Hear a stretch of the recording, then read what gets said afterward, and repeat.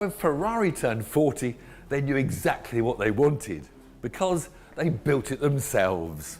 And this is that car, the F40. They say Mat Armstrong fixed a Ferrari F40 with his teeth, leaving car enthusiasts questioning what really happened. The legendary Ferrari already had a serious problem, but Mat's unconventional approach only deepened the mystery. As the repair unfolded, doubts grew over whether the car could survive. Then Monterey revealed the finished result, shifting reactions from disbelief to fascination. But what really happened behind the scenes before everyone saw that Ferrari again? Ferrari's problem no one expected. Mat Armstrong's encounter with a Ferrari F40 begins with a problem that immediately changes the atmosphere around the car. Known for taking on damaged, neglected, and difficult supercars, Armstrong now faces a machine where ordinary expectations appear to break down. An F40 is not simply another performance car. It is one of Ferrari's most recognizable and celebrated machines, built during a very different era of automotive engineering. Its rarity, engineering, lightweight construction, and importance mean that even a small mistake can carry consequences far beyond the workshop. That makes every decision feel heavier. With an ordinary car, a failed repair might mean replacing a part, trying another method, or simply starting again. With an F40, the stakes feel completely different. The car already carries an enormous reputation, and any work performed on it has to be approached with an understanding of what makes the machine special. The question is no longer simply whether Armstrong can make something work. It is whether he can solve the problem without compromising the character and integrity of a car that commands extraordinary attention. Then comes the detail that makes the entire story sound almost unbelievable. The claim that Armstrong fixed the Ferrari with his teeth.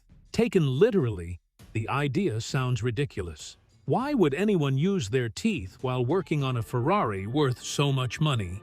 What kind of problem could possibly lead to such an unconventional moment? And more importantly, was the phrase describing an actual repair technique?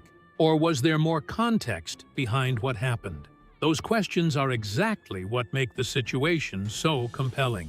The real issue is not whether someone can physically work on a Ferrari, but what happens when the obvious solution refuses to work, and an unconventional approach enters the picture. Every failed attempt can increase frustration, while every successful adjustment can bring the car one step closer to returning to the road. That uncertainty creates a sharp divide between confidence and concern. For Armstrong, experience with Ferrari machinery provides an important contrast. Previous knowledge can help when a familiar problem appears, but the F40 presents a completely different level of pressure. Its age, rarity, and reputation leave little room for careless decisions. A repair that might seem minor on another vehicle becomes far more serious when the machine carries this much significance. And then there is Monterey. The event transforms the repair from a private workshop challenge into something with a much larger audience. The closer the car gets to appearing in public, the more pressure builds around whether it will actually perform as expected. Supporters may view Armstrong's approach as evidence of confidence, creativity, and resourcefulness. Skeptics, however, may wonder whether an unconventional repair can genuinely deliver a dependable result. That tension gives the F40's story its larger meaning. The challenge is no longer simply getting a legendary Ferrari running again. It is proving that the person attempting the repair understands exactly what stands between failure and success. Because eventually, the Ferrari has to answer for the repair itself. The workshop can hide uncertainty. Tools can be put away. Components can be adjusted repeatedly. Yet once the F40 leaves that controlled environment, there is nowhere left for excuses to hide. The car either performs or it does not. And until that moment arrives, one question continues hanging over the entire project. Was the strange solution actually enough to bring this Ferrari back? For now, the F40 remains caught between an audacious repair and an uncertain final verdict, and Monterey is waiting. What looks like a tiny mechanical detail could soon become the F40's biggest mystery. Is Mat chasing the real fault, or only its symptom? Could one overlooked component decide everything? And when he finally tests it, will the Ferrari cooperate or reveal an even deeper problem? Stay glued. Ferrari's age becomes the enemy. Mat Armstrong's Ferrari F40 challenge becomes more complicated when the car refuses to behave like a straightforward repair. At first, the problem appears manageable, but the deeper Armstrong looks, the clearer it becomes that this is not an ordinary exotic car. The F40 already carries a combination of age, engineering complexity, rarity, and reputation, making every decision more important than it might be on a newer performance machine. That difference creates the pressure point. Modern diagnostic habits can offer direction, but an older Ferrari can demand a different kind of attention. A problem that appears obvious on the surface may not actually be the source of the trouble. Instead, the visible symptom can point towards something smaller and less obvious, forcing Armstrong to question the first explanation rather than immediately accepting it. The stakes are high. An F40 is the kind of machine where careless work can have consequences, and its rarity makes experimentation uncomfortable. Armstrong, therefore, has to balance speed with caution. Replacing expensive parts and moving on might seem easy, especially as time becomes important. But that approach could conceal the real cause rather than solve it. With a car this valuable, guessing is not a strategy. Every test has to mean something. Instead, Armstrong takes a more deliberate approach, examining seemingly insignificant components for hidden clues. Each observation narrows the possibilities, while failed assumptions add uncertainty, turning the Ferrari's repair into a complex mechanical puzzle. There is also a growing question about the unusual repair approach associated with the story. If the problem can be traced to something smaller than expected, then the strange method becomes less about spectacle and more about what it reveals about hands-on problem-solving. Yet uncertainty remains. A component can appear suspicious without proving that it is the complete answer, and a temporary improvement does not necessarily guarantee a lasting repair. The Ferrari may respond for one moment and then reveal another weakness immediately afterward. That leaves Armstrong facing a more serious challenge than simply getting the F40 moving again. He has to understand the problem well enough to know whether the solution will hold. As pressure surrounding the car increases, the Ferrari becomes a test of patience, judgment, experience, and precision. The closer the investigation gets to its critical clue, the more every detail matters. One overlooked connection, one misunderstood symptom, or one premature conclusion could send the entire repair in the wrong direction. Yet the real mystery begins after that bizarre intervention. Did Mat actually solve the problem, or merely buy the F40 more time? What happened when the engine faced its next test? And could this strange fix really bring a legendary Ferrari back to life? Keep watching. The repair that changed everything. The critical moment arrives when Mat Armstrong's unconventional approach to the Ferrari F40 takes center stage. What began as a difficult repair has now reached the point where one small intervention could determine whether the legendary Ferrari moves forward or remains trapped by the problem holding it back.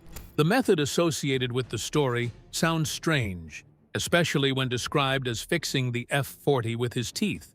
But the important question is what Armstrong was actually trying to accomplish during that moment. The F40 is not an ordinary exotic car. Its rarity makes even a minor issue significant, raising the pressure surrounding every movement. Armstrong's task is therefore not simply to make something move or force a part into place. He has to identify what needs to be manipulated, tested, loosened, aligned, or accessed before the repair can be trusted. That is where the unusual approach becomes important.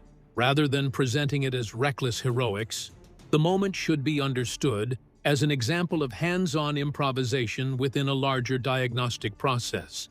The appearance creates curiosity, but the goal remains practical. Armstrong needs to address the specific obstacle preventing the Ferrari from operating as expected. The tension grows because a tiny component or connection can have an outsized effect on a valuable machine. A problem that looks insignificant can keep Ferrari from functioning. That makes the repair feel far more serious than the unusual method initially suggests. Still, the intervention does not automatically prove that the entire problem has been solved. An unconventional adjustment may produce movement or improvement without confirming that the underlying fault has disappeared. That leaves room for doubt. Supporters may see practical skill in the improvisation, while skeptics may question whether it can deliver a dependable result. For that reason, the moment becomes more than a strange repair story. It becomes a test of whether Armstrong's mechanical understanding can turn an unconventional action into a genuine solution. The Ferrari may finally be responding, but until it faces the next stage of testing, the outcome remains uncertain. The strange fix has captured attention. The real question is whether it has actually saved the F40. That uncertainty changes the atmosphere around the entire project. Every successful movement now raises another question. Is the Ferrari recovering or only appearing to? Armstrong cannot afford to judge the result by one encouraging sign. One encouraging sign is not enough. The car must prove itself through further checks before anyone can claim the repair worked. That is what makes this stage so compelling.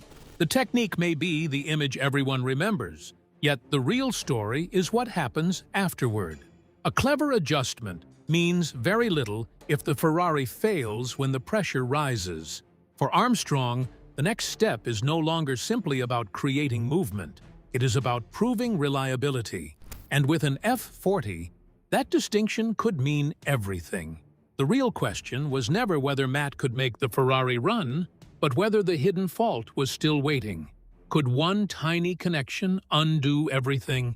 And what happens when the next test exposes something no one expected, quietly lurking beneath the surface all along? Let's find out.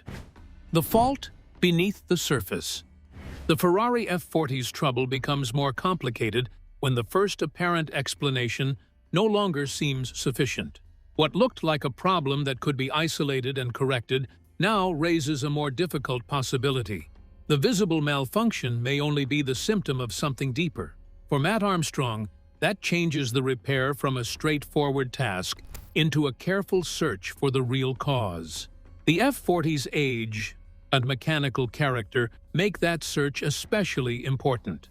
On a high-performance Ferrari, a small electrical connection, sensor, relay, fuel issue, or a loose component can create symptoms far larger than the part itself.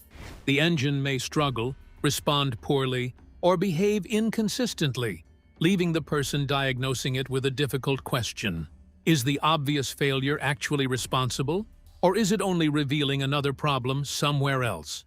That uncertainty becomes more serious when the vehicle has been transported, stored, or previously worked on. A connection that appears secure can shift. A component that seemed healthy can behave differently after the car is moved. Even a repair that appears successful at first may prove temporary once the Ferrari is driven again. Each possibility forces Armstrong and the specialists around him to challenge their first assumptions rather than settle for the easiest answer. The temptation in a valuable Ferrari is to replace parts quickly and remove doubt through expense. But that approach can create another problem. Replacing something that was never truly faulty does not explain why the car behaved the way it did. Careful diagnosis therefore becomes more valuable than simply choosing the most expensive solution. That is where the tension surrounding Armstrong's repair grows. If the earlier intervention only corrected a symptom, the F40 could still carry the same hidden weakness beneath its apparent recovery. A successful start would not necessarily prove that the problem had disappeared. The car would have to demonstrate that the repair could survive real use. The deeper issue, then, is not merely whether Armstrong can make the Ferrari run. It is whether he can identify the failure accurately enough to trust the result. Until that uncertainty is removed, every improvement remains provisional. The F40 may appear closer to recovery, but beneath the surface, another question is waiting. Has the real fault finally been found, or is the Ferrari still hiding its most important problem? That distinction could determine everything when the Ferrari faces its next test. Now the Ferrari is no longer protected by workshop walls. Every detail is exposed. Every flaw could become public. Will the crowd see a masterpiece or a compromise? Will someone spot the one detail Mat hoped nobody would notice? And what happens when the scrutiny begins? Stay with us. Monterey becomes the ultimate test. By this point, the Ferrari F40 has moved beyond the private world of repairs and into a far more demanding environment. Monterey Car Week is no ordinary gathering, and bringing a rare Ferrari into that setting means placing the finished machine in front of people who know exactly what they are looking at. The workshop can provide a controlled environment, but Monterey offers no such protection. There, the car's condition, presentation, and credibility can all become subjects of attention. That changes the pressure surrounding Armstrong's work. A repair that appears convincing behind closed doors must now withstand public scrutiny. Enthusiasts can examine the Ferrari closely, notice details that others might overlook, and form their own opinions about the quality of the work. For an F40, those judgments matter because its rarity gives every visible detail greater importance. The question is no longer simply whether the Ferrari can run. It becomes whether the repair looks and feels convincing enough to stand alongside other highly regarded collector cars. Its mechanical condition matters, but so do the details that reveal how carefully the vehicle has been handled. Originality, repair quality, presentation, and mechanical credibility all become part of the same conversation. That creates an uncomfortable possibility. A successful workshop repair does not automatically guarantee public acceptance. Some observers may see the finished Ferrari and focus on its return, while others may look more closely for signs that something is still wrong. The same unusual repair that made the story memorable could also invite greater skepticism. If the method seemed unconventional, would the result be judged by what it achieved or by how it was achieved? For Armstrong, that distinction becomes increasingly important. His identity as someone willing to take on difficult performance cars adds another layer to the story. The F40 is not merely another project. It represents the kind of challenge where mechanical ability and public expectations collide. Every step toward Monterey therefore carries more weight. As the event approaches, anticipation builds around the moment the Ferrari will finally appear. The car has survived the uncertainty of the repair, but public attention creates a different kind of test. Monterey will reveal how the finished F40 is received and whether the work inspires admiration or raises fresh doubts. Until that moment, the repair remains more than a technical achievement. It is a claim waiting to be examined by the people who understand the car best. Now the F40 stands before the crowd. But what did Monterey really see? Was the bizarre repair truly enough, or was something deeper hiding beneath the flawless finish? And when the reactions began, did Mat finally prove himself or expose an even bigger mystery? Stay tuned. The Ferrari finally faces Monterey.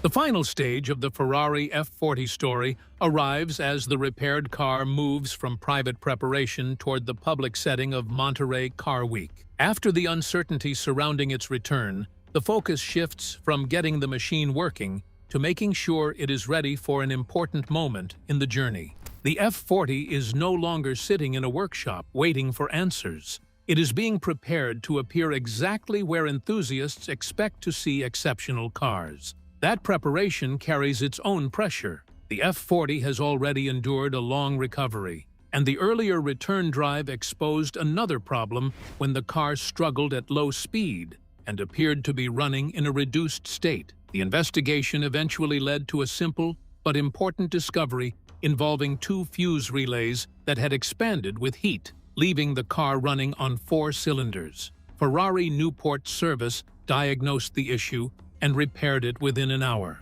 Once that problem was corrected, the character of the F40 changed completely. The car could finally deliver the performance expected from it, with the boost arriving hard and the lightweight chassis making the experience feel intense again. Now the final details become important. At Bowden Auto House, the F40 receives its visions again, including the 5-spoke wheels that had been associated with the car before its crash. Those wheels had been removed during the repair period, making their return part of the visual restoration. The choice was not universally accepted, however. Some viewers loved the wheels, while others strongly disliked them, creating a small but revealing debate around the car's final appearance. The preparations continue alongside work on the 488 Challenge, as Monterey Car Week approaches and several vehicles are being readied at once. The F40 is scheduled for a proper welcome-back drive, including filming along the Pacific Coast Highway, before everything is loaded for the event. The available source does not document a specific Monterey crowd reaction or connect Mat Armstrong to this F40, so those claims cannot be presented as established facts. What the footage does show is a Ferrari moving from damage and uncertainty toward completion, with its mechanical fault resolved, its wheels restored, and its journey toward Monterey finally secured. The significance lies in that transition. The F40 is no longer defined by what went wrong, but by whether its return can withstand everything that comes next. So, what do you think? Was Mat Armstrong's unconventional Ferrari F40 repair a brilliant display of skill, or a risky gamble that somehow worked? Share your thoughts in the comments. Don't forget to like, share, and subscribe for more incredible stories.